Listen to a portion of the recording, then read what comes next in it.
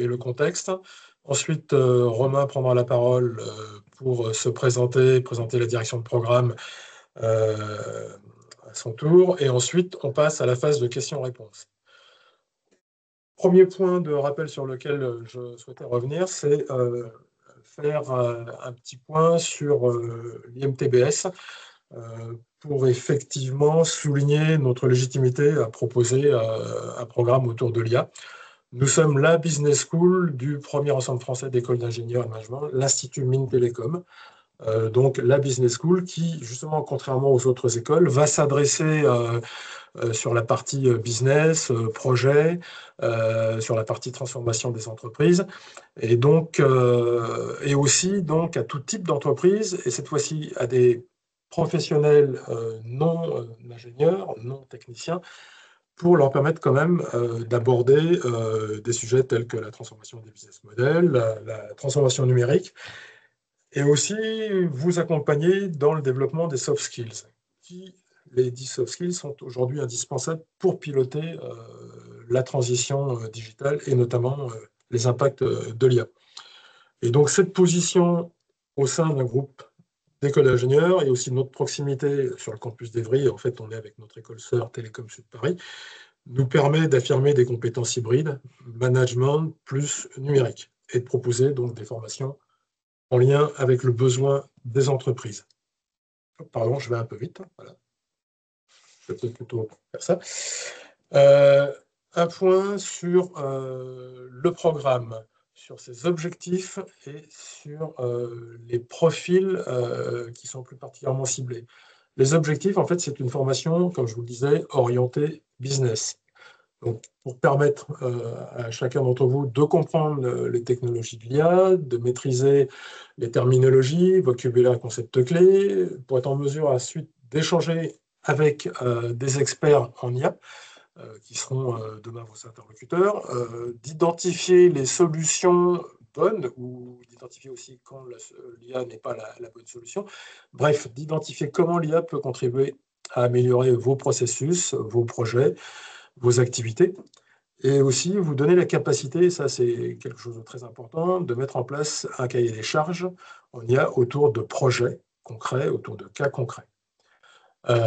Et ça, donc, en fait, ensuite, formation orientée business pour des profils non techniques, c'est-à-dire, en fait, tout manager, tout professionnel de secteurs absolument très variés. Aujourd'hui, là, on parle d'achat, RH, marketing, mais c'est aussi l'industrie, c'est aussi la santé, c'est la finance, c'est l'informatique. Nous avons aujourd'hui dans nos promotions des profils extrêmement variés.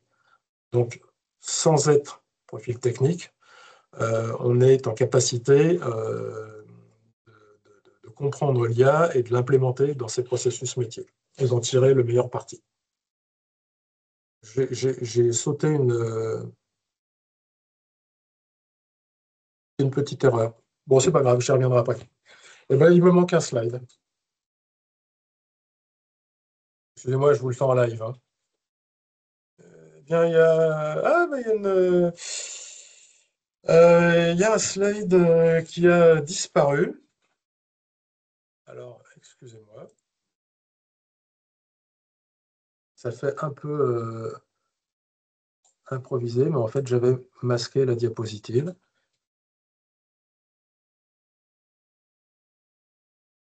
Je vais repartager avec vous. Excusez-moi. Voilà, quand même une vue essentielle. Un petit point aussi sur le contenu et les modalités du programme. Donc en fait, ce programme est constitué de 6 modules certifiants. Un module par mois. Chacun des modules va vous permettre de progresser en compétences sur chacune des thématiques traitées.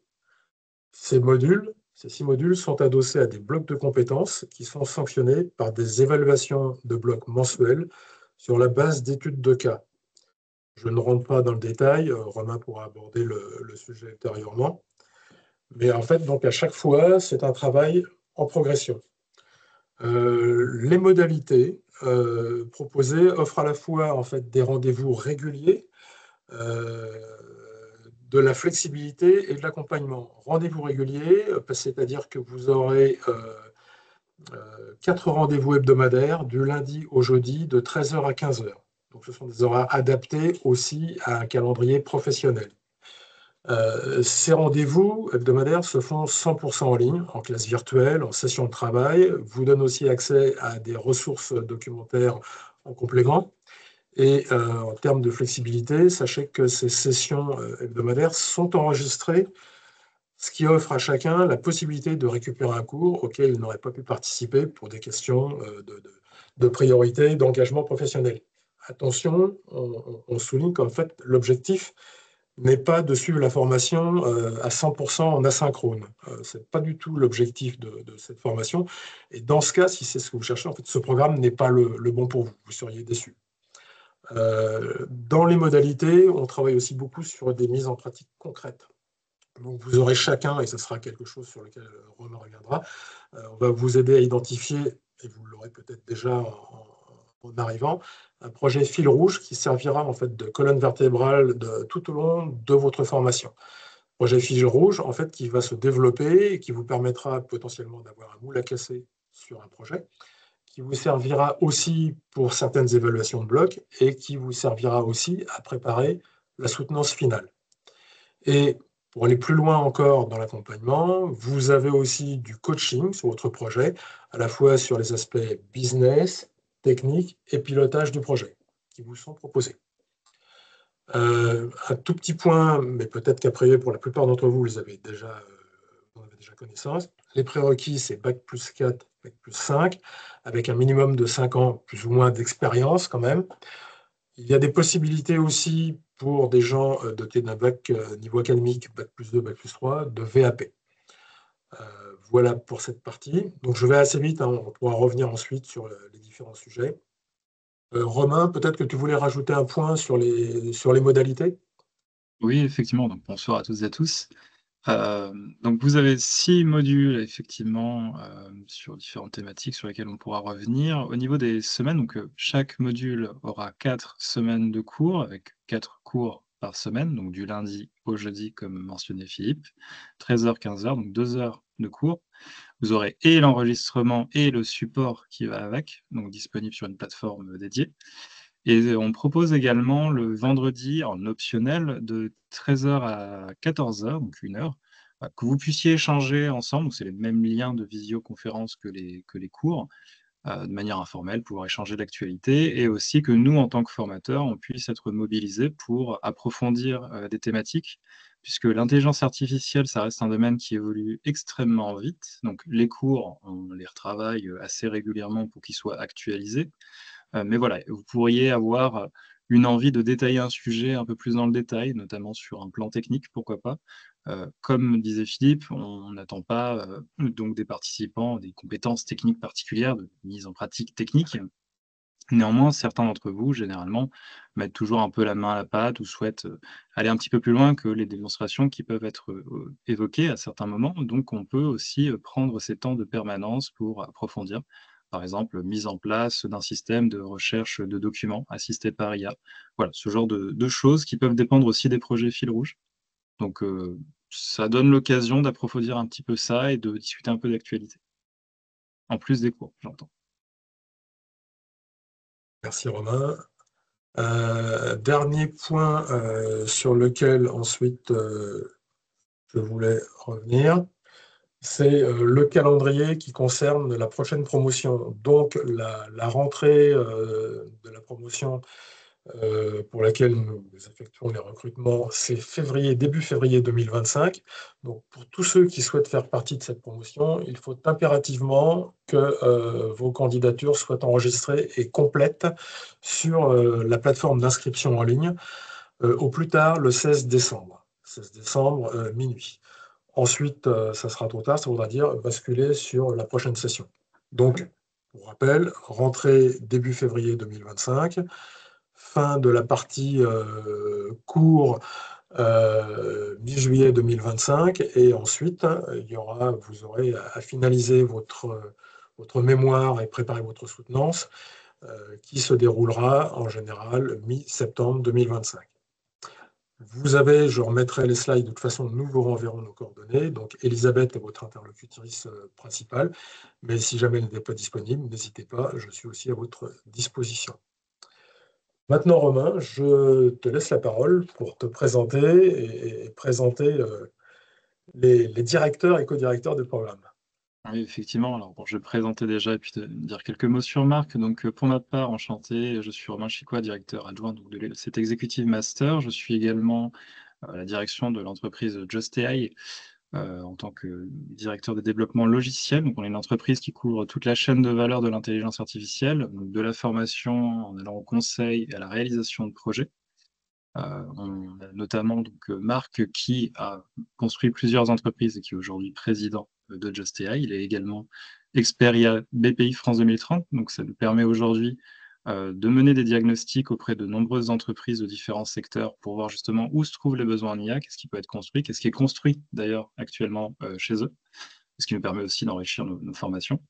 Pour ma part, je suis ingénieur de formation et développeur, donc développeur un peu moins de formation, mais surtout passionné par côté, donc ce qui fait que ça m'a permis de tester de nombreuses technologies et notamment, bah, bien sûr dans le domaine de l'intelligence artificielle où aujourd'hui je gère des projets innovants et je développe également des solutions. Voilà, de manière très macro, donc du conseil, pas mal, de la formation et la réalisation de projets. Merci. Eh bien, voilà, je crois que pour la partie institutionnelle, on va dire, on essaie de faire assez court pour passer à la phase questions-réponses. Et je vais arrêter la présentation.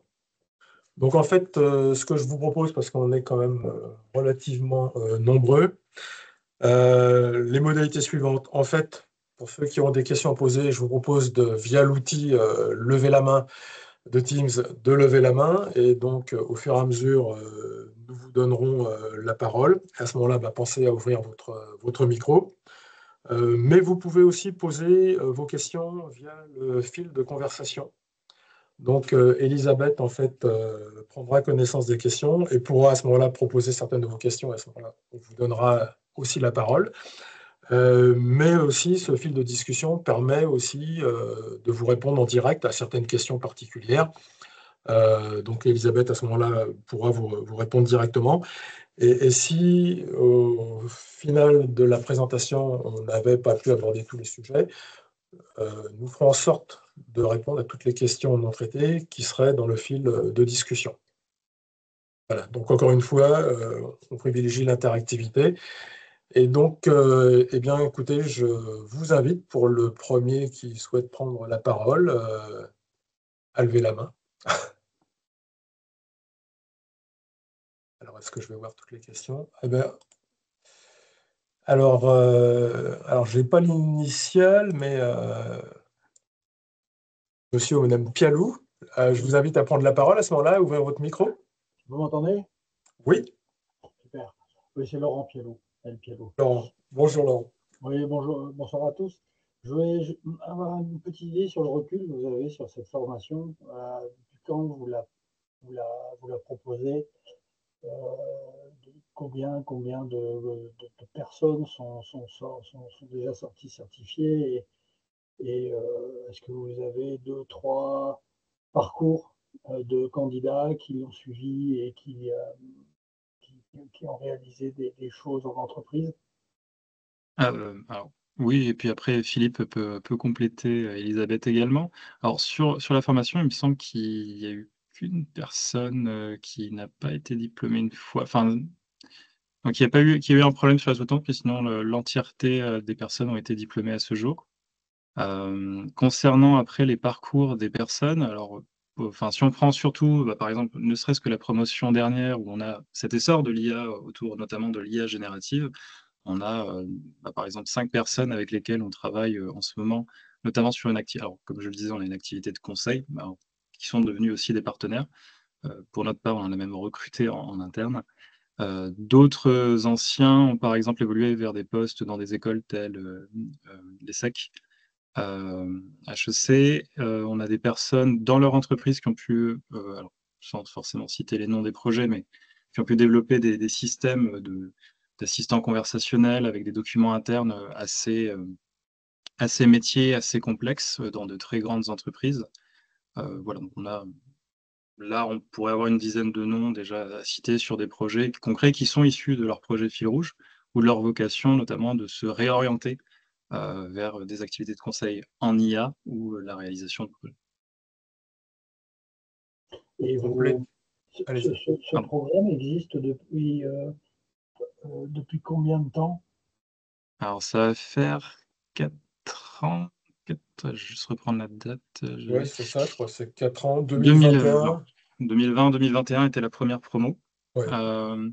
Et comme je le disais, comme l'intelligence artificielle, c'est quelque chose qui vit beaucoup. Alors, par exemple, si on faisait le parallèle avec un programme de mathématiques, où on aurait chaque année certainement les mêmes cours qui ne bougeraient pas beaucoup, là, l'idée, c'est vraiment de se dire, par exemple, il y a 2 ans, il n'y avait pas vraiment cette notion d'IA générative. L'année dernière, les cours ont dû évoluer en conséquence pour justement aborder ce sujet, puisque ce serait bête et contre-productif de ne pas l'aborder. Donc justement, on fait évoluer les cours par rapport à l'actualité, par rapport aux besoins du marché notamment. Et voilà, ça fait depuis 2020-2021 que Et pour compléter ce que dit Romain, on a commencé en fait avec une promotion par an au tout début. Effectivement, l'IA commençait à être un sujet, mais tout le monde était un peu prudent. Aujourd'hui, en fait, on ouvre 2 sessions par an. Parce qu'on voit aussi l'évolution du nombre de demandes, l'évolution des profils, et puis alors, moi, ça fait que 2 ans que je suis là, mais je l'ai déjà constaté d'une promotion à l'autre, on voit apparaître entre les premières promotions et les toutes dernières, vous avez déjà, on commence à un peu, ne serait-ce qu'un peu acculturé, informé de l'IA, on en entend parler. Certains arrivent déjà en ayant commencé à manipuler, à utiliser, ou en tout cas à s'y intéresser. Donc on a aussi une évolution, je le constate, des profils qui viennent candidater, et dont certains arrivent déjà dans les dernières promotions avec des projets fil rouge assez cadrés Mhm. un horizon déjà assez très très ciblé.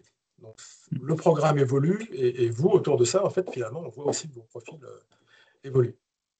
Ce qui fait aussi que sur certaines personnes, quand on sonde un petit peu la promotion, hein, au début, on parlait des coachings. Les coachings, pareil, on essaye de faire des coachings à 2. Alors, ça permet d'avoir un échange avec un pair sur un sujet. On a, avant ça, fait un sondage un peu pour les thématiques, les projets qui pouvaient être déjà en tête des différents candidats pour rapprocher du coup les gens, qui puissent échanger un petit peu autour de leurs problématiques et qu'on puisse nous conseiller plus efficacement. Et selon ce qu'on voit en termes d'intérêt général de la promotion, on ajuste certains cours aussi pour les exemples, pour les démonstrations. Là, par exemple, ce qui est pas mal ressorti sur la dernière promotion, c'était toute une thématique de recherche documentaire, tout cet aspect de comment utiliser l'IA sans avoir besoin de programmer, voilà, sur des choses à affiner et à démontrer plus. Donc voilà, on a mis à jour en conséquence.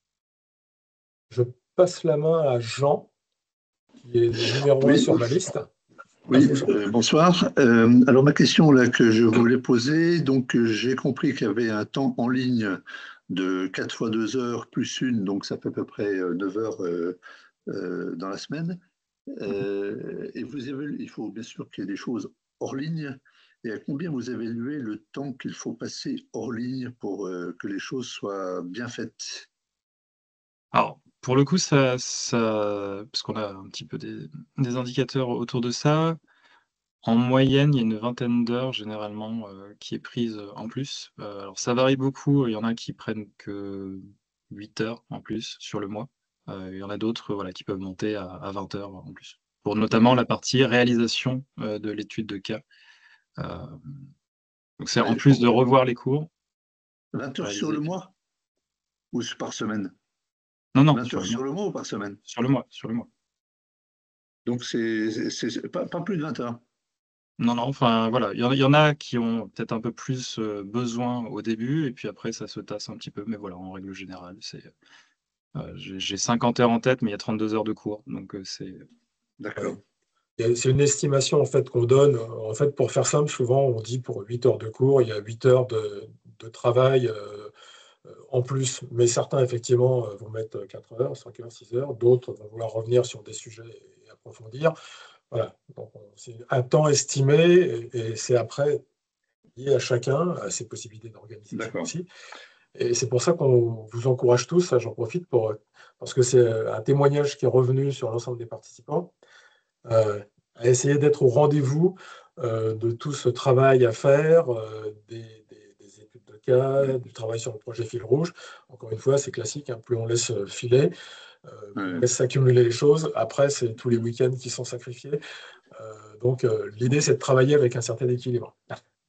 Pour Ok. donner l'exemple aussi sur les parties études de cas, généralement, vous avez 3 semaines pour la réaliser, pour la rendre en fait en deadline. Mais voilà, une fois qu'elle est ouverte, vous avez tout ce temps-là pour la rendre et donc adapter le moment du rendu. Et donc, bon, bah, voilà, s'il y a des incompressibles, on fait aussi avec, hein, on peut échanger. Mais l'objectif, voilà, c'est d'avoir suffisamment de vision sur l'évaluation, sur la date de rendu. Vous êtes prévenu aussi avant même qu'elle soit ouverte, comme ça vous pouvez anticiper. Et puis les permanences et les coachings servent aussi à adresser des questions et on encourage vraiment aussi. Alors on a, pour ceux peut-être qui sont familiers, Slack qui est aussi un outil communautaire pour échanger, pour discuter. Donc si bien que si vous étiez bloqué, s'il y avait vraiment une zone de flou sur une notion, ne pas attendre de passer par exemple tout le week-end dessus. L'objectif est vraiment de pouvoir saisir l'opportunité lors des cours, mais aussi lors des permanences pour adresser ces notions-là et que du coup ce soit beaucoup plus clair et que vous ne perdiez pas de temps. Ok, alors en lien avec cette question, j'ai noté que il y avait 2 sessions par an maintenant. La seconde session, elle commence à quelle date? Ça sera septembre, c'est ça. Ça sera septembre 2025. D'accord, et puis 5 mois après, quoi, à peu près, hein? On a 2 par an maintenant, février et septembre. D'accord, ok. Donc, Merci. merci. Je passe la parole. Alors, en numéro 3, je vois Stéphane qui avait Je vois posé aussi. une question. Il y aura Oui, des questions aussi bonjour. dans le chat, mais oui, Bon, Stéphane. Bonjour et merci. En fait, j'ai plusieurs questions. Il faudra m'interrompre si je suis trop d'accord. long. Ça sera d'équilibrer.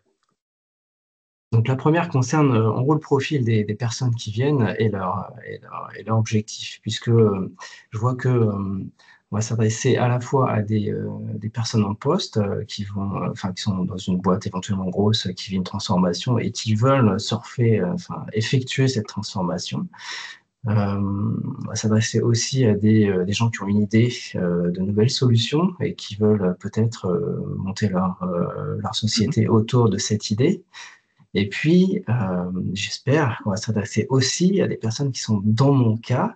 Moi, je profite du généreux plan de départ volontaire de chez Orange Business et je veux vraiment complètement me repositionner en n'étant pas parfaitement sûr de ma position future et avec plus une idée, avec une idée de, effectivement, pourquoi pas devenir un partenaire de Just AI ou un cabinet du même type, faire du consulting pour des clients qui font face à la transformation de leur secteur. Et puis, pourquoi pas rejoindre l'un d'entre eux ensuite, voire rejoindre un fournisseur de solutions pour l'aider à conquérir son marché. Voilà, moi, je suis hyper ouvert. Et donc, mes questions, pour essayer de refermer un petit peu, mes questions sont, quelle est la proportion de personnes qui rejoignent cet executive master et qui ne sont ni en poste, ni en train de créer leur boîte, mais qui sont un peu comme moi là, je ne vais pas dire dans l'incertitude parce que j'ai quand même des idées relativement précises, mais dans cette ouverture, qui sont en recherche d'emploi finalement, parce que ça va devenir ça. Et est-ce que ce parcours est relativement typique ou est-ce qu'il est plutôt atypique dans la population, dans les populations qui vous rejoignent? Hop, eh bien merci. Alors pour le pourcentage exact, je dirais qu'il y en a toujours 3, 4 par promo. Philippe, Ouais. tu me confirmeras le C'est à chiffre peu près exact. ça, oui. Les gens Et une qui promo, sont c'est combien effectivement. du coup? Une promo, c'est combien du coup? Alors là, alors, la dernière était à 24, celle actuelle est 15 personnes. Ça varie au moins une douzaine, puis peut monter donc à 24. Ouais, 25 Euh, maximum. 5, ouais. Mhm. Et pour avoir notamment échangé, alors je précise, Marc et moi ne sommes pas les seuls intervenants sur l'approbation. On a d'autres docteurs et Oui. d'autres personnes qui sont donc, plus légitimes sur certains sujets. Mais j'interviens aussi en tant que formateur et aussi en tant que coach. Et on a donc eu plusieurs fois donc des personnes qui étaient voilà, en essayant de se repositionner. Par exemple, il y en a une dans la promotion actuelle qui vient du domaine financier et qui se dit que ce serait intéressant de faire donc, du conseil en IA, mais se dit autant faire du conseil aussi dans un secteur qu'elle connaît, donc financier, par rapport à l'IA. Et donc, par exemple, pour l'aspect projet fil rouge, ça va pas être un projet fil rouge quelque part d'entreprise parce qu'elle n'en a pas aujourd'hui, mais c'est plutôt quel projet que je pourrais construire, soit pour moi, pour développer mon activité de conseil, ou si je vais rechercher un poste dans une autre entreprise, qu'est-ce que je pourrais solidifier comme connaissance sur un domaine qui va intéresser mon futur employeur. Et donc, l'année d'avant, on avait quelqu'un qui travaillait dans les télécommunications aussi sur la rétention, enfin garder les clients, en tout cas en interne, donc la prédiction du churn. Et donc, du coup, il s'est dit, moi, j'ai plein d'indicateurs, plein de connaissances sur le sujet, je vais voir ce qu'on pourrait faire en IA sur ce sujet-là, et je vais aller voir l'entreprise et défendre mes compétences en IA autour de ça, voilà, ce qui est à valoriser. Donc, c'est des choses qu'on croise, oui. Et on aide aussi à cadrer, dire, voilà, il y a plusieurs domaines, il y a plusieurs possibilités. Qu'est-ce que l'IA peut faire dans les services? Et selon les thématiques, on peut affiner. Donc, je vois bien l'aspect thématique. Ensuite, donc les personnes en question, quand je vois sur la brochure 100% d'insertion, bon, je suppose que les gens qui sont déjà en entreprise sont déjà insérés. Les gens qui créent leur entreprise, créent leur entreprise, donc en quelque sorte, c'est une insertion aussi.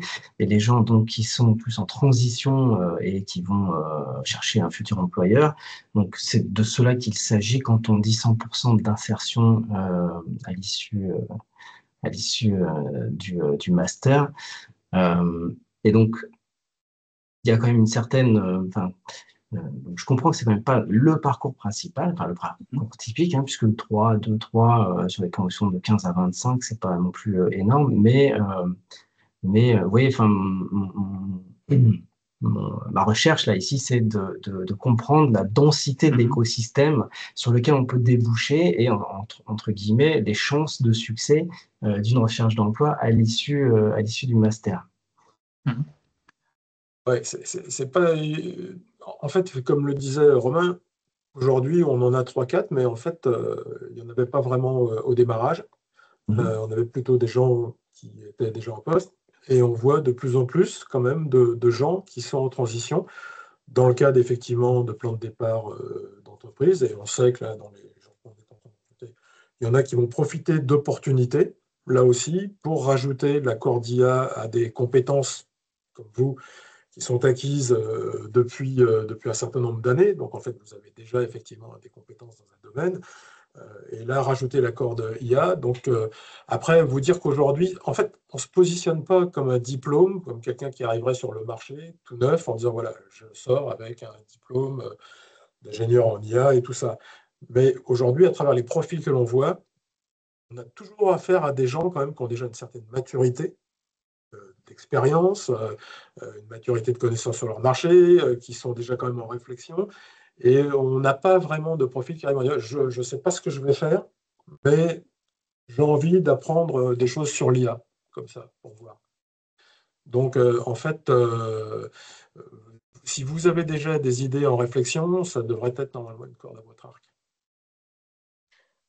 Ok. Bonjour à tous, Elisabeth Benotto, j'interviens pour 2 petites minutes parce que je suis ce programme depuis sa création et j'ai en tête 3 personnes, mais il y en a eu d'autres, mais là, il y a 3 personnes qui me viennent en tête qui étaient dans le même cas que vous, et donc qui sont arrivées parce que, voilà, ils n'étaient plus en emploi et qui avaient un besoin de reconversion et si ça ah, et si ça peut vous rassurer, ils se sont réinsérés et aujourd'hui, ils ont l'air plutôt heureux dans leur nouvelle vie. Ok, super. Merci. Je vois qu'il y a d'autres questions. Alors, j'ai Samy, je crois, qui est maintenant musicien employeur. Samy, à vous. Ok. Désolé, déjà, je suis arrivé en retard, donc je n'ai pas entendu le début de la présentation. Donc, je vais peut-être poser une question à laquelle vous avez déjà répondu. J'en sais On vous le dira. voilà. Moi, ce qui m'intéresse, c'est de savoir est-ce que la formation est adaptée aux chefs d'entreprise. Donc, je suis chef d'entreprise, une boîte dans le digital, éditeur de logiciels, enfin ainsi de suite. Et je suis intéressé par ce type de formation, à la fois par passion, mais aussi pour ma boîte et pour la développer aussi dans un certain domaine. Et j'arrive pas à mesurer l'adéquation. Donc, je vous pose la question, qu'est-ce que vous pouvez me dire sur ce sujet-là? Alors, vas-y, Robin, je te Philippe. laisse répondre là-dessus parce que Ça marche. Alors oui, parce qu'on on en a déjà eu aussi. Donc c'est de se dire aussi que peut apporter l'intelligence artificielle dans son secteur en termes alors, d'innovation, mais aussi peut-être transformation des usages. Parce que qu'on l'intègre soi-même ou pas, en fait, on va être confronté à l'intelligence artificielle, notamment par l'écosystème qui va évoluer. Alors ça peut être nos utilisateurs, ça peut être nos concurrents. Donc à un moment donné, c'est une bonne chose de se poser la question: quels sont, voilà, mes besoins en intelligence artificielle? Quelles sont les idées que je pourrais avoir avec des connaissances justement en intelligence artificielle? Pour ne pas prendre de retard, hein, par rapport à ça, notamment. Et savoir quoi valoriser aussi dans l'entreprise. Se dire, voilà, aujourd'hui, on a du personnel qui est en capacité de faire ça, il perd du temps sur quels éléments? Bah, ces tâches-là, justement, avec des connaissances IA, de se dire: «On peut les automatiser». Donc encore une fois, pas forcément de compétences techniques, hein. L'idée n'est pas de dire: «Vous allez automatiser ces choses-là vous-même», mais de se dire: «Ça existe, je le sais, je suis capable d'identifier des mots-clés, des sources d'informations pour aller chercher ça» et d'activer une transformation, des usages vers l'intelligence artificielle et les outils pour trouver les bonnes personnes pour accompagner, les bons financements aussi, les bons outils, tout simplement, pour gagner du temps. Voilà, donc, c'est des choses qu'on a déjà pu voir. On en avait un, c'était dans une société, juste alors c'était conseil financier, du coup, qui avait suivi la formation et qui avait, énormément de documentation. Donc là, c'était un besoin de synthèse pour l'aider à prendre des décisions lorsqu'il allait, voir, des clients. Voilà, c'était vraiment automatiser des tâches qu'ils avaient en interne. Il a commencé à développer une solution interne, un outil interne pour faciliter le travail de tous ses collaborateurs. Heu, et c'était aussi la possibilité de trouver les bonnes questions, à poser aux collaborateurs autour des données, autour des usages, pour se dire: «Bah, peut-être que moi j'en ai pas conscience, mais il y a des besoins, qui sont chez mes collaborateurs dans les différents services». Donc voilà, comment les actionner, pour, ensuite réaliser des projets ou pas, hein, peut-être, mais enfin voilà, pouvoir accompagner ça et garder l'œil ouvert sur ce qui se fait dans le milieu. Je vous propose, parce que je vois pas mal de questions dans le fil, je vais peut-être en prendre une ou deux pour les énoncer. Alors, il y en a une, bah, je crois que tu l'avais dit tout à l'heure. Qu'avez-vous fait évoluer dernièrement dans la formation en vue de la promo 2025? Je ne sais pas si tu veux dire un sujet, parce que comme c'est en perpétuelle évolution. Oui, bah, notamment, il y a un gros essor de l'IA générative, de l'aspect aussi, l'impact environnemental. Donc ça, c'est des choses aussi, qu'on intègre, de plus en plus, qui sont de plus en plus présentes. Notamment, autant avant, il y avait un peu cet aspect d'IA qui était difficile à prendre en main. Donc Philippe l'a donné un petit peu en introduction, mais voilà, c'était un peu, enfin, pas de niche, mais du moins, les gens étaient peut-être un peu plus frileux ou, se disaient: «Bah, je sais que je vais devoir passer par de la technique et vraiment devoir, avoir quelqu'un qui est 100 dédié, qui va construire la solution». Aujourd'hui, on a notamment des anciens de l'executive master qui, à l'issue de l'executive master, se sont mis à prendre des solutions qui ne nécessitent pas de développement pour construire une solution, qui les aide. Donc, on en a un qui est un élu qui a, récupéré un ensemble de comptes rendus d'échanges de la municipalité et des citoyens pour répondre à leurs questions et qu'il y ait un outil accessible et là, il l'a fait sans avoir besoin de développer. Donc c'est beaucoup plus parler de ces outils-là, de les démontrer et de prendre du temps associé. Sachant que voilà, ça vient aussi des demandes des étudiants qu'on réintègre dans les cours après, que vous pourrez aussi avoir avec leur nouvelle version d'après. Alors, pour rebondir sur cette question, ça va être un complément intéressant. Quelqu'un demande quelles sont les compétences utiles à acquérir en amont ou en parallèle du programme. Et c'est souvent une question qui est Mmh. posée. Des maths, des stats, Python. Alors, Non, non, c'est un point. là, bon, voilà, c'est avoir, un esprit critique et puis, être, curieux, je dirais, surtout. Alors, on joindra, un ensemble de mots-clés qui pourront être utiles. Alors, on va donner aussi, quelques sources qui peuvent être intéressantes à explorer pour avoir une meilleure vision. Alors, ça peut être ne serait-ce que des mots-clés un peu autour de qu'est-ce qu'un hardware, qu'est-ce que le software? Bah, voilà, le matériel de l'ordinateur, le logiciel de l'ordinateur, bah, avoir un petit peu, voilà, ces éléments pour avoir un peu le même niveau, d'information. bien sûr, on va revenir sur certaines de ces notions, mais voilà, pas besoin du Python. On va montrer, nous, certaines démonstrations. On aura l'occasion aussi de faire, par exemple, je parlais des outils sans programmer, mais on aura l'occasion de dire qu'est-ce que ça demanderait de le faire en programmant, qu'est-ce que ça demande de le faire sans programmer. Vous pourrez voir à certains moments du code. L'idée n'est pas de vous former au code. Après, on peut en discuter en permanence, on peut montrer certaines choses en permanence. Mais voilà, donc il n'y a pas besoin particulièrement de compétences techniques, par exemple. Vous n'allez pas avoir des formules de maths à rallonge. On peut avoir éventuellement juste illustré ce que ça signifie, ce qu'un scientifique, parce qu'on aura aussi l'occasion de faire venir des docteurs ou des gens qui sont issus du milieu académique, donc ils vont certainement vulgariser les choses sur quelques formules, mais voilà, ils vont détailler, ils vont vous mettre en parallèle à quoi ça signifie. Et certaines fois, vous aurez peut-être des éléments qui sont plus techniques, mais qui ne sont pas encore là encore une fois, à connaître par cœur. Mais voilà, juste vous montrer que ça existe, ça ressemble à ça, et ensuite on vous vulgarise, on dit bah voilà ce que vous devriez retenir, pour que ça vous serve derrière. Vous avez des profils très différents. On sait bien que certains sont plus techniques que d'autres, et d'autres du coup pas du tout. Voilà, l'idée c'est que ça reste suffisamment bien vulgarisé pour que tout le monde comprenne, et ceux qui ont vraiment besoin de voir peut-être cette partie technique plus approfondie, ça peut être en fin de cours. On essaie de... Vous avez tous votre expertise, donc l'idée c'est vraiment aussi que le cours soit un échange. Donc autant il y aura des TP, où l'idée c'est de pouvoir échanger. Donc c'est très partie par salle dans la visioconférence. Vous pouvez échanger avec quelqu'un d'autre. Vous revenez avec tout le monde, vous donnez vos réponses. Et enfin, en fin de cours, généralement, on fait un échange. Voilà, vos retours d'expérience, nos retours d'expérience, on les confronte un petit peu. Et voilà, on peut vraiment enrichir le cours tous ensemble. Et puis je reprends encore une question du fil, parce que c'est une question, un sujet qui est beaucoup abordé. Quelle est la position collective de votre équipe sur l'empreinte carbone de l'IA, évaluée à 0,27 kg pour une requête simple sur ChatGPT? Oui, donc est-ce que sont les dimensions finalement de l'IA, est-ce que cet aspect des choses aussi est abordé, considéré dans le Oui, programme? enfin, on va en parler. Comme je le disais, vous n'allez pas développer des choses, on n'attend pas de vous en tout cas que vous le fassiez. Il y en a qui se mettent à développer, très bien. Et on conseillera par rapport aux différents projets fil rouge, par exemple, bien sur les modèles, qu'est-ce qui pourrait être utilisé, qu'est-ce qui est moins énergivore. On parle pas mal d'IA frugale notamment. Certains le savent peut-être, on parle de ChatGPT, mais pour les développeurs, on a aussi équivalent, on peut solliciter. Il y a différentes versions, donc savoir qu'est-ce qu'il faudrait utiliser pour que ce soit moins coûteux, mais quand même performant. On parlera aussi effectivement de l'impact carbone. Je pense que plusieurs l'ont vu dans l'actualité, et là, ça n'a pas arrêté de tomber ces derniers mois. Microsoft qui veut réactiver des centrales nucléaires, Google qui va investir dedans, Meta également. On parle d'augmenter 5% à peu près l'augmentation de génération électrique, par exemple, aux États-Unis, en raison notamment de l'intelligence artificielle. Donc voilà, tout ça a un impact forcément, et on sensibilise aussi dessus. Et on évoque qu'est-ce qui peut être optimisé, comment, quelles sont les techniques qui existent, les bons mots-clés à utiliser pour se renseigner sur le sujet.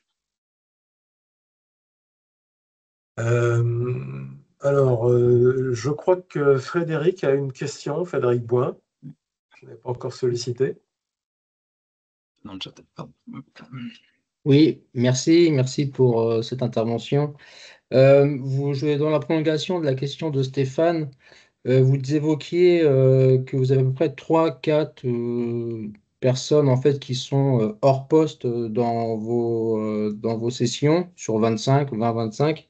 C'est parce que vous avez peu de candidatures de ce profil-là, ou c'est parce que vous tendez à privilégier dans votre processus de sélection des profils davantage en poste? C'est une question, j'en aurai après une deuxième.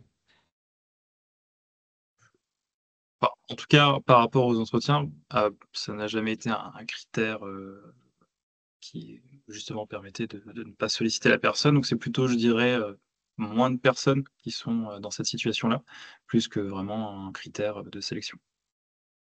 Non, je confirme ce que dit Romain, dans la sélection, ce n'est pas du tout un critère. Dans le processus de sélection, il y a des entretiens, il y a 2 entretiens avec 2 profils, un profil justement, ça pourrait être Romain, et un profil de la partie académique, l'INTBS.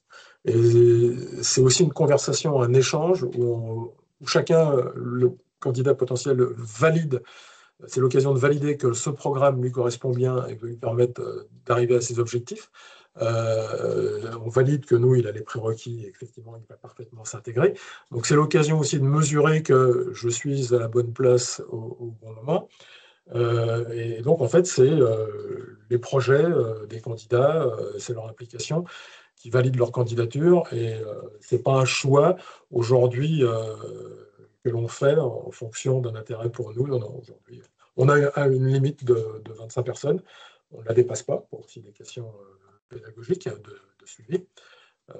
Et pour autant, on ne va pas non plus, si on n'atteint pas les 25 personnes, chercher absolument à recruter des gens qui seront en poste sans emploi, sinon pas les prérequis ou si eux-mêmes ne se sentent pas déterminés à l'issue des entretiens. Donc, ne viennent que ceux qui sont vraiment, a priori, vraiment volontaires.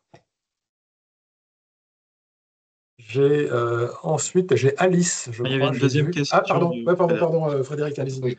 Et après, je passerai. Moi, j'ai un profil institutionnel, hein. Je suis dans l'administration depuis longtemps, dans l'audit des affaires européennes, également dans la gestion des achats et des marchés, mais plutôt un versant audit. Mhm.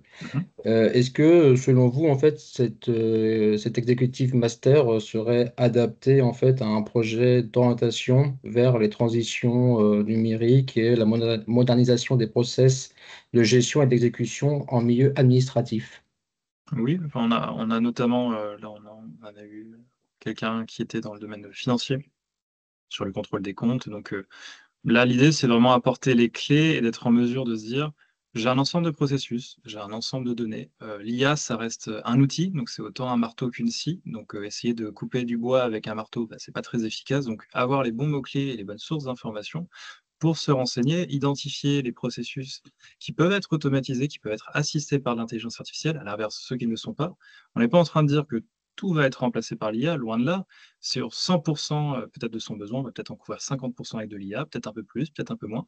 Tout va dépendre, mais c'est voilà, être en capacité de bien identifier ça, et on en a plusieurs donc qui aujourd'hui automatisent les processus, les transforment, parce qu'on voit que, bah, par exemple, la donnée, il faut la collecter différemment, ou on n'est pas obligé de la collecter comme on le faisait. Donc voilà, vraiment ce travail d'optimisation, de sensibilisation à la donnée aussi, de l'impact sociétal et éthique que ça peut avoir, et sur l'innovation également. Oui, enfin, sens, on l'a déjà vu, et c'est pertinent. Je cède la parole à Alice, qui attendait. Oui, bonsoir, merci beaucoup.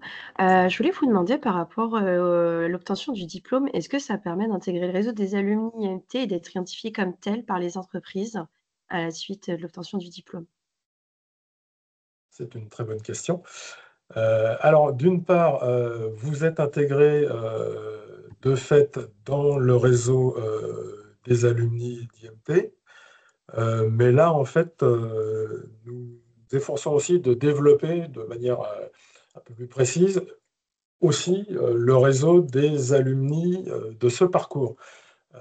Parce que, en fait, on voit que même si le parcours se fait à distance, chaque fois, on voit qu'il y a un esprit de promotion qui s'établit.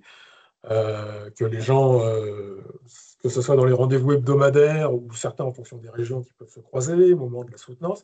Bref, il y a des échanges qui se font, donc il y a un esprit de promotion et de plus en plus, on a la demande des différentes promotions de pouvoir rencontrer les autres, échanger, parce que ça peut être des collaborations, comme l'expliquait Romain, un certain nombre sont devenus des partenaires de Just AI.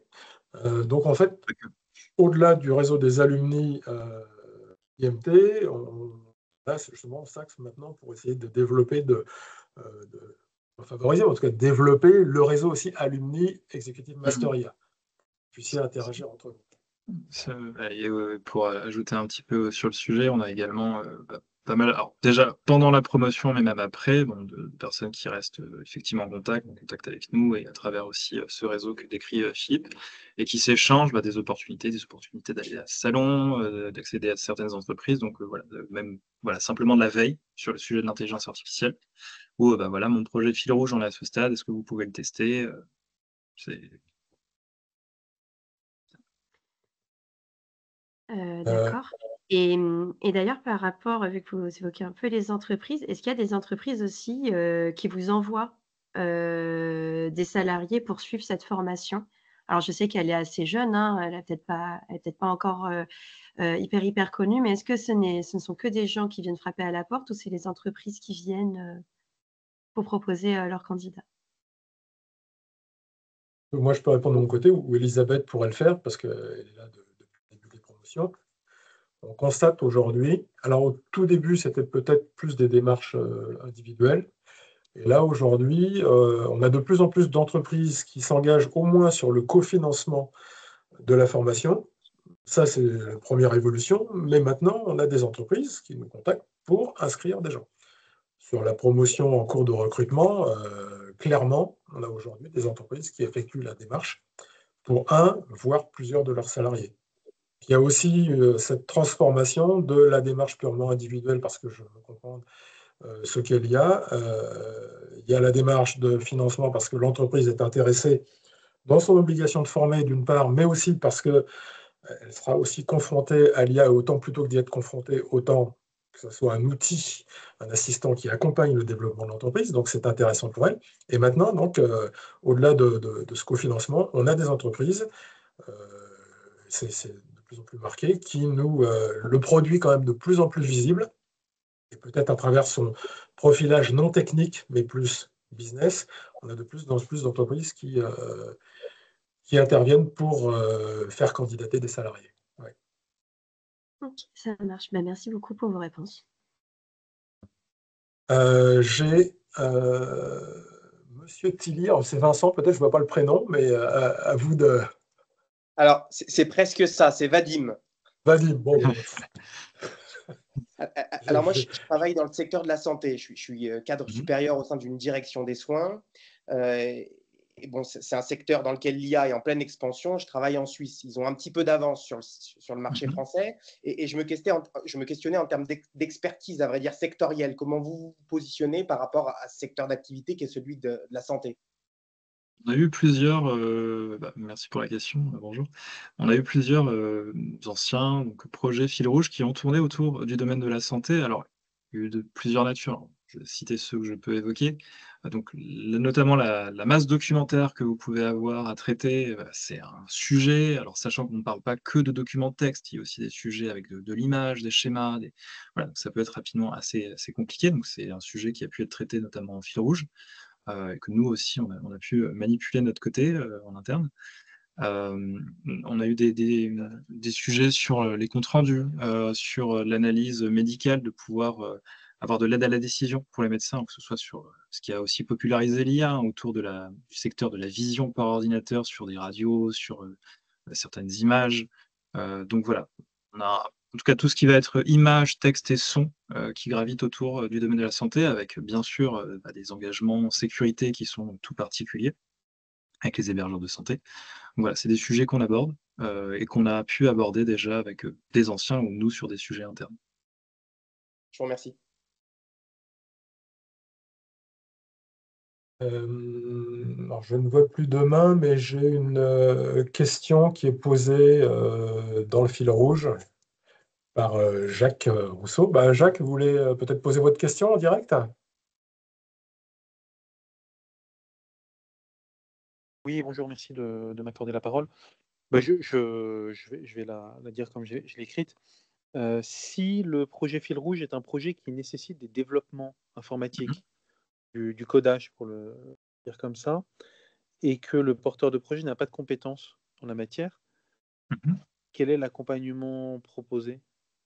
Alors, au niveau des cours, on verra un certain nombre de technologies, de profils qui peuvent accompagner. Alors, l'objectif au cours des modules et des cours n'est pas, par exemple, de réaliser techniquement le projet, hein. On verra les notions, les personnes vers lesquelles il faut se tourner, les partenaires qui peuvent agir justement sur la réalisation du projet identifié. Néanmoins, en permanence et en coaching, on peut rentrer un peu plus sur ces détails techniques, peut-être identifier des parties qui ne nécessite peut-être pas vraiment de développement informatique, avec du recul, hein, pour la réaliser. Mais voilà, il n'y a pas vocation à réaliser le projet techniquement, au cours de la formation. En même temps, en termes de développement, par contre, on peut flécher des outils, montrer comment on les utilise. S'il y a des questions sur du code, parce que certains, par exemple, se mettent à programmer et disent: «Bah, voilà, je suis bloqué sur cette notion-là, je vois pas comment», on peut aussi, apporter notre expertise dessus. en étant nous-mêmes, pour beaucoup d'intervenants, développeurs également. C'est clair, merci. Mais alors, quels sont les points, les indicateurs sur lesquels l'évaluation est réalisée pour valider que le projet fil rouge est Alors, de qualité ou a atteint des objectifs ou des étapes? Alors, sur les modules, on va avoir des études de cas, donc ce seront des entreprises fictives sur lesquelles on va poser des questions qui sont en lien avec les cours que vous avez pu avoir. Par exemple, la compétence va être de... Est-ce que le candidat sait faire le participant sait faire la différence entre l'intelligence artificielle générative, celle qui ne l'est pas, la vision par ordinateur, le reste. Donc, dans le cadre de l'entreprise fictive, on pourrait vous donner une situation et vous demander de détailler quel type d'IA pourrait être utilisé, quels sont les noms que vous pourriez avoir, les sources d'informations. Par rapport au projet fil rouge, vous allez donc rendre un mémoire et vous allez réaliser une soutenance, mémoire qui va couvrir ces compétences abordées dans le master. Et donc, c'est ce mémoire et cette soutenance qui vont venir valider les acquis de la formation vis-à-vis du projet fil rouge, sachant que pendant le déroulé des cours et de la formation, donc, vous avez eu des permanences, des coachings pour parler de votre projet, démystifier certaines notions, répondre à certaines questions concernant votre projet. Et donc, vous l'avez en partie réalisé, sachant que sur les 6 modules, les 3 premiers ont des études de cas sur des entreprises fictives, comme je le disais. Les 3 derniers, 4, 5 et 6, portent sur votre projet fil rouge, puisqu'on estime qu'à partir du mois 3, pour ceux qui auraient un projet qui aurait pu changer, ou un projet qui n'était pas encore très bien concrétisé, voilà, le mois 3 est le bon moment pour changer, pour passer sur des études de cas sur vos projets, ce qui vous permet aussi, de faire les études de cas sur quelque chose qui a du sens pour vous, d'avancer sur votre mémoire, et donc de gagner du temps aussi. Et d'avoir aussi des réponses par rapport à l'évaluation en disant, voilà, sur cette notion, sur ton projet fil rouge, il y a ça qui ne va pas, ou il y a ces éléments à ajuster.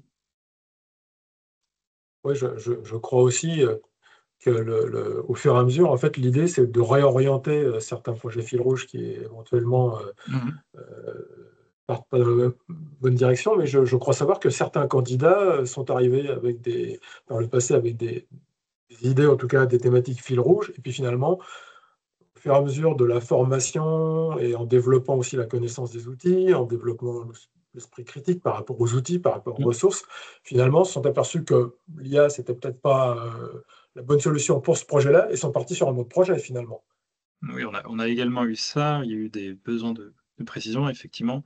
En développant les compétences et l'esprit critique, comme tu le dis Philippe, autour du projet, vous allez avoir des réflexes qui vont apparaître, vous allez avoir de nouvelles sources d'informations qui vont s'ouvrir à vous, et le projet va évoluer. Le plus souvent évoluer. Alors la problématique peut demeurer, mais la manière dont vous aviez envisagé de le réaliser va peut-être complètement changer. Et c'est aussi là où on va vous challenger, hein, vous poser des questions, et c'est aussi l'intérêt d'avoir du coaching aussi à 2. C'est d'avoir un regard d'un pair sur le sujet. Alors après, bon, si c'est un projet confidentiel et autres, on pourra prendre les dispositions appropriées. Mais voilà, ça peut aussi être le moment d'avoir un regard de quelqu'un qui est un peu neutre sur le sujet, en plus d'une autre, pour le faire évoluer. On a des personnes qui sont venues avec non pas une idée, mais plusieurs qu'on a essayé de recadrer. Il y en a qui effectivement ont complètement changé d'idée parce qu'ils ont dit j'ai vu en cours qu'il était possible de faire ça, je me dis que ce serait une meilleure idée de le faire autrement et de partir sur un autre projet. Voilà, ça peut vraiment évoluer. Je vois Stéphane qui a relevé la main, qui a une nouvelle question peut-être. En effet, merci de m'accorder ce temps supplémentaire. J'aurais 2 questions en fait. La première, c'est comment vous voyez l'évolution du marché de la demande en conseil et accompagnement en transformation IA dans les, on va dire, les PME, d'accord? Puisque les grandes sociétés vont travailler avec les grands cabinets, les toutes petites vont peut-être pas voir le vent tourner, et les PME vont peut-être se mettre la pression dans les semestres qui viennent. Ça, c'est ma première question. Comment vous voyez l'évolution de ce marché de la demande? Qui se mettent la pression dans les semestres à venir et qui ont déjà commencé à le faire. Donc c'est aussi pour ça que la BPI, alors on disait que notamment on était expert BPI France 2030, c'est parce que la BPI, ça fera partie des financements qu'on abordera en cours, justement a créé des dispositifs. Il y a beaucoup de financements finalement autour de l'intelligence artificielle, financements qui ne sont pas connus des entreprises qui sont justement à courir un peu après l'IA. Il y a beaucoup de demandes de conseils. C'est aussi pour ça que des anciens, d'ailleurs, on a pu leur rerouter des opportunités parce que nous, aujourd'hui, c'est vraiment un sujet très demandé, concrètement. Et donc, voilà, c'est sur des PME, des ETI, où on va retrouver une grosse demande, puisqu'il y a, en fait, l'IA qui apparaît, donc il faut vite prendre le train avant qu'il soit beaucoup trop loin. Et souvent, il y a des entreprises qui se disent, on voit l'IA, mais on ne voit pas forcément les besoins en face. Donc, on a besoin d'être conseillé, on a besoin d'être formé, puis conseillé, généralement.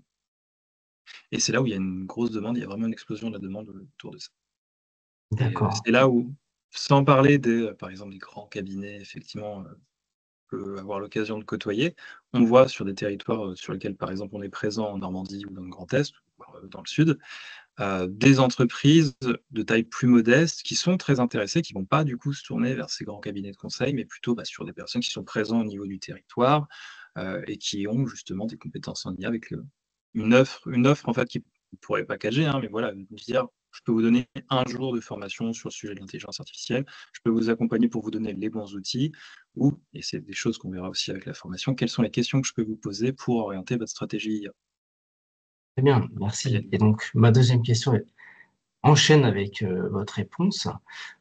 Qu'est-ce qui manque à on va dire, un ingénieur, puisque c'est mon cas, même Mhm. si voilà, on s'adresse à des gens qui ne sont pas forcément techniques, mais ingénieur IT télécom. Qu'est-ce qui manque après cet executive master pour faire un bon consultant en accompagnement à la transformation IA pour les PME? Je Qu'est-ce qu'il faudrait dirais, compléter?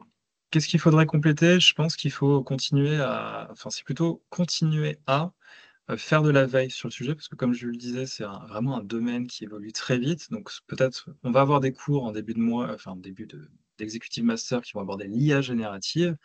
On va en reparler au cours de la formation, mais l'IA générative va évoluer. Donc même si on en parlera au fur et à mesure des cours, vous, après l'executive master, il va falloir suivre ces sujets pour lesquels vous avez été formé avec vos sources d'informations, les bons mots-clés, les problématiques qui vous parlent et qui vous semblent pertinentes à la lumière de ce qu'on aura vu ensemble.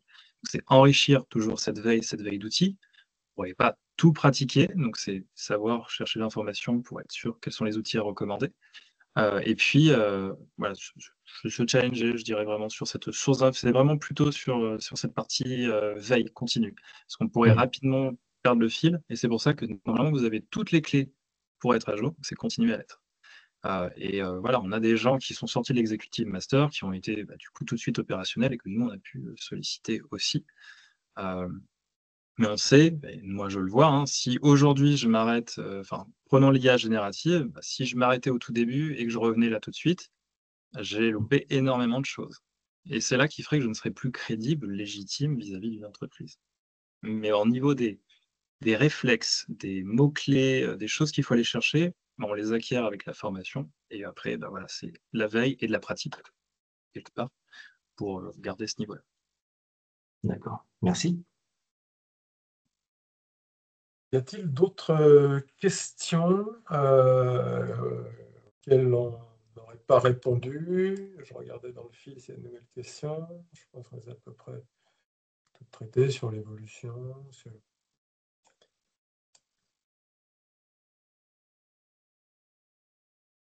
Ah, si, on a une. Posée. C'est alors, je regarde le nom. Jean. Si Jean est toujours là, voulez-vous poser votre question? Ben voilà, votre question. Ah, on ne vous a plus.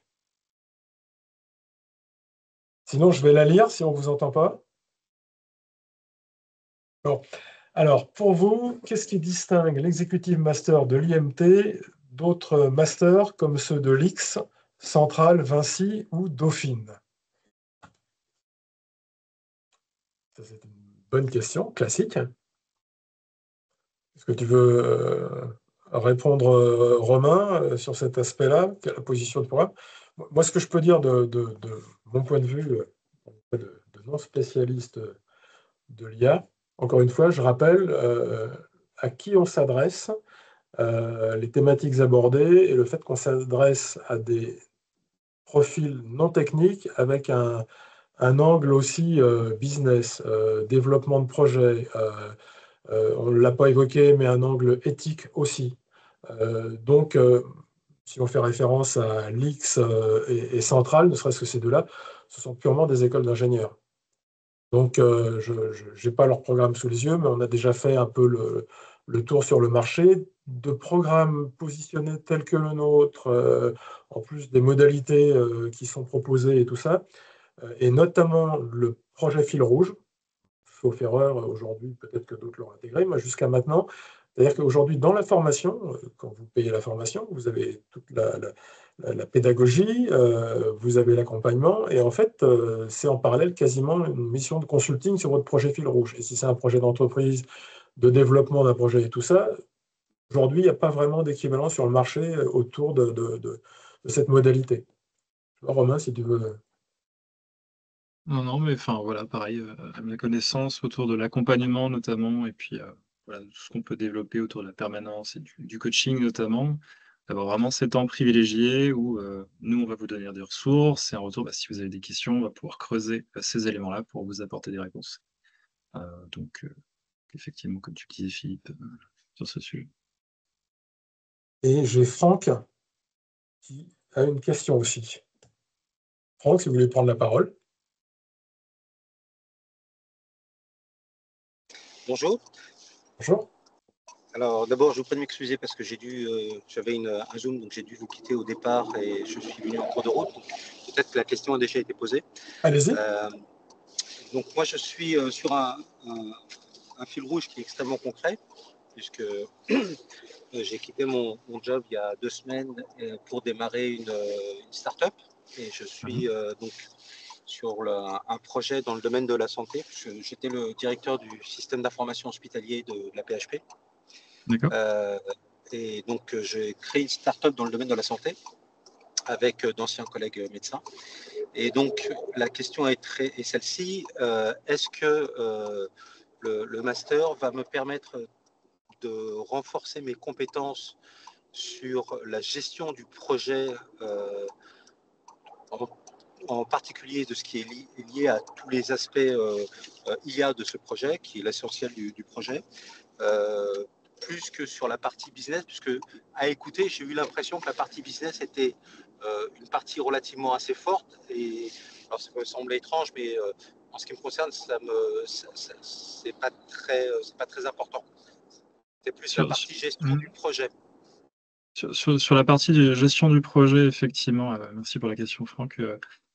Oui, effectivement, on va le détailler. Alors, comme on le disait, alors vous aurez les slides et puis vous avez également la brochure, mais on va voir toute cette terminologie autour de l'intelligence artificielle. On aura l'occasion de voir comment aller chercher ces sources d'informations maintenant qu'on a les mots-clés, quels sont les profils qu'on peut solliciter, qu'on peut avoir aussi en termes de sous-traitance, de partenaires, que ce soit académiques ou d'entreprises. On aura l'occasion de parler de trouver les bonnes données pour les bonnes IA, donc il y a une réflexion autour de ça, sachant qu'on a des droits et des devoirs vis-à-vis de la donnée, on ne peut pas faire n'importe quoi, que ce soit vis-à-vis de la CNIL et du RGPD, ou bien de l'AI Act, qui est aussi entré en vigueur. Donc voilà, c'est sur ces sujets-là, on aura l'occasion de bien détailler la partie gestion de projet, de construire sa roadmap, de sa stratégie IA. Il y aura effectivement des parties de financement, de construire son modèle économique, des réflexions sur la viabilité du projet.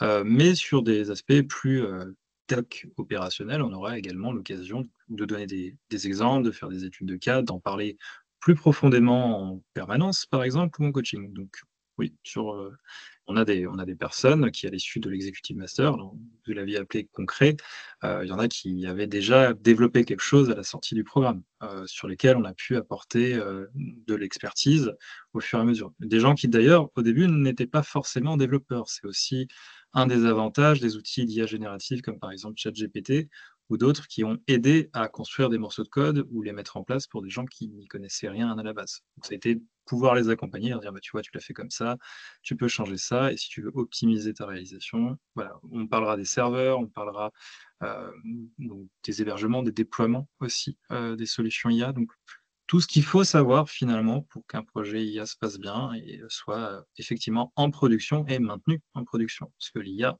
ça ne s'arrête pas une fois qu'elle a été réalisée une première fois, elle vit également, et elle doit évoluer avec vos utilisateurs, vos usages, vos données. Excusez-moi, je complète ma question. D'abord, merci pour votre réponse.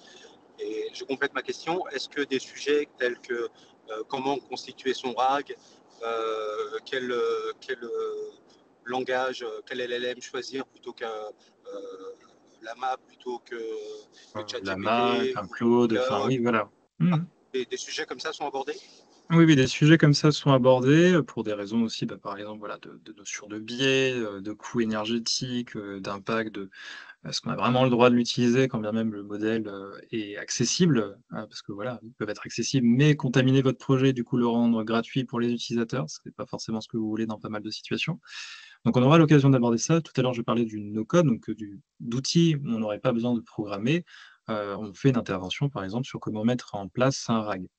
Typiquement, on fait une démonstration et puis on a même fait une permanence dédiée. Donc ceux qui s'étaient essayés à l'exercice, on a pu corriger, ajuster un peu les choses, voir les limitations. Voilà, on a l'occasion effectivement d'aborder ce sujet. Comme je le disais, je me rappelle aussi, la permanence, c'est vraiment un moment où il y a eu des questions dans la semaine ou dans le mois ou même dans le mois d'avant. On va venir les traiter, approfondir des sujets parce qu'ils vous semblent pertinents et si voilà, on voit que la promotion entière a vraiment ce besoin sur une notion, on le réintégrera à un moment donné dans un cours. Merci. Ouais. Merci Franck. Je crois qu'on n'arrive pas au terme, on a débordé, mais enfin c'est qu'il y a des questions et que ces questions vous intéressent. Donc, s'il n'y a plus de questions, on va... Une petite dernière. Allez, Stéphane. On se rapproche de Noël, alors nous, maintenant, on est cadeau. Merci. Vous avez combien d'inscrits pour l'instant pour la session qui démarre en février? C'est en cours.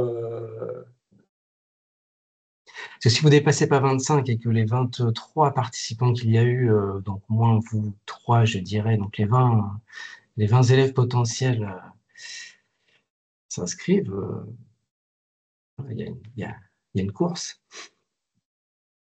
On en est quoi? C'est ma collègue qui me fait ainsi. De toute façon, nous, aujourd'hui, on est en recrutement. On a plus de 25 candidatures en cours, clairement. Mais à chaque fois, il y a des gens qui viennent, qui se renseignent, qui posent des questions, qui finalement vont candidater pour la session suivante, ou qui au final se disent « ce n'est pas vraiment le programme qui me convient ».